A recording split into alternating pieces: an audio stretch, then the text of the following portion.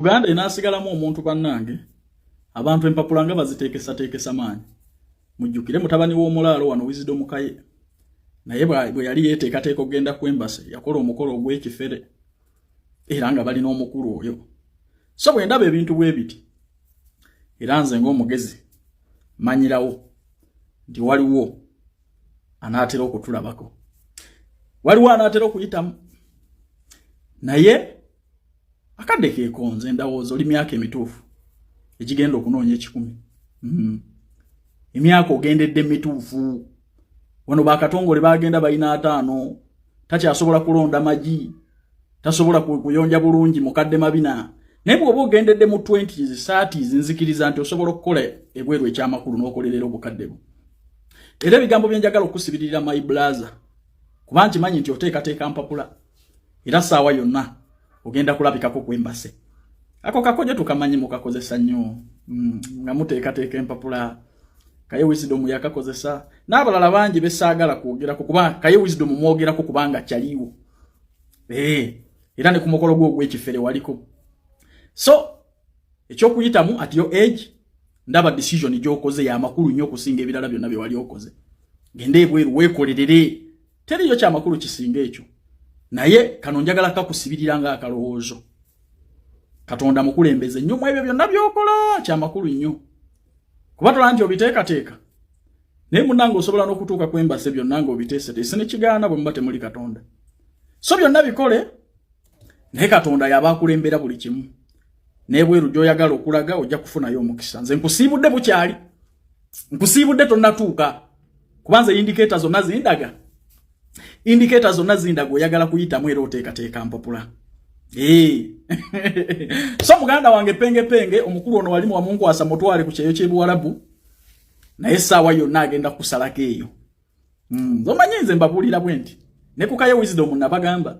nti guno omukolo gw'ekifere guteekateeka mpapula omukulu eno yeeyita Proud mutabani w'omulaalo naye ajja kuyitamu kati ne wanonda gudde bwentyo Calvin bwenkola ebyange ayagala ogenda ebweru okwepakasiza tutwala mawanga g'abawalabu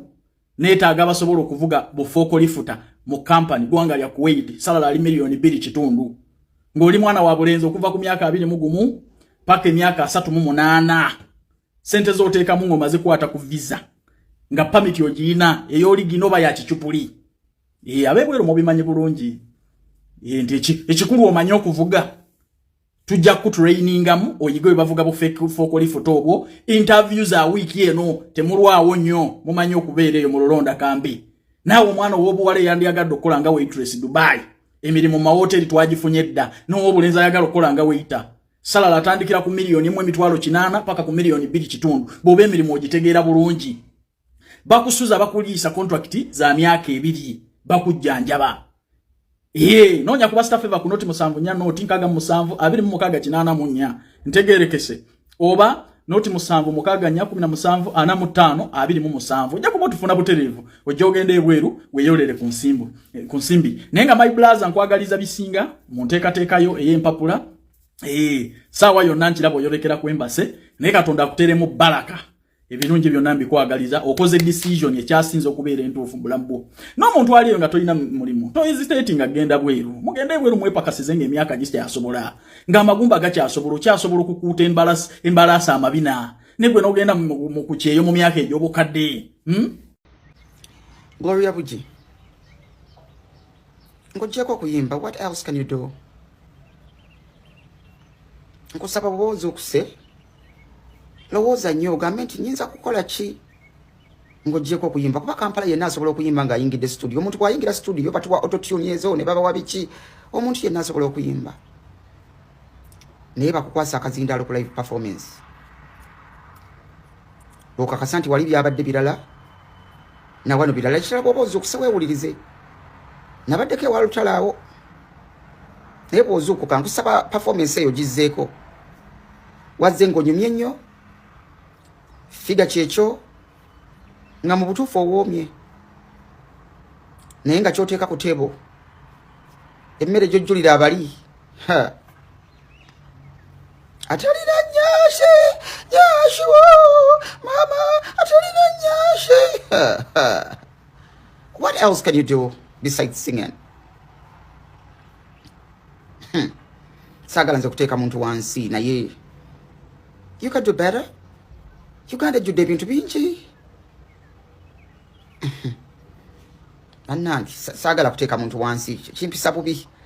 Naye okuyimba mama owulira otya bw'oba omaze baani abako mikwano kyo lwaki tebaku mikwano gyabo si bango. Bannange mubeere nga n'emikwano gibagamba ekituufu. Lwaki emikwano tekikugamba? Bayimbi banna lwaki bakukotoggera bwe bakyogera lwaki tebakubuulira kituufu? Ani akuwadde akazindaalo? Annange olunaku lwajjo nga tusituka nga tuva Kampala nga tugenda Kigo kulaba Hajji. Wawagira Hajji njagala owuliriza bulungi. Atugenda nga tuyingira Kigo twasanzewo abantu awo baze kulaba Hajji. Twabadde bangi twabadde nga 15 atuyingira. Nasinkanyeyo Fulufiga nasinkanye Ali nageze ne Ali Fulufiga twamusanzeyo ne baganda ba Hajji nga amawulire amapya agaliwo. Omuntu omu wesimanyi yafunye ba ajati basatu nafuna ba Hajji babiri nga bagenda wa minister omu nga bamugamba fe tuli baganda ba Hajji. Era Hajji yakiriza Hajji yakwata omwana. Hajji wamala okukkiriza era minister tugenda kuwayo millions west. Bano bafulufiga bagenzo ogende wa minister nga wa minister mugamba mwe muli awo Hajji yakwata omwana baganda be babadde wano nga bakakasa Hajji yakwata omwana bagala kwetonda Hajji yetonde. Mukazi wattu musajja wattu omuntu asobola okusiba nassaawo n'obujulizi naye nga bukyamu ng'alimba. Bafulufiga nga bakwata kubo nga bagenda nga baleta baganda ba Hajji bonna abobuwala n'abobulenzi babatwale wa minister nga bamugamba kubano tulageeko ani yazze wano n'akugamba fe tuli bannyina ba Hajji ate nga kwali kubaddeko n'omu. Hajji alina Katonda bakuba kye nalabye Hajji ekyo bwe kiddeewo ekyo kigenda kuwona abakazi bakirinze.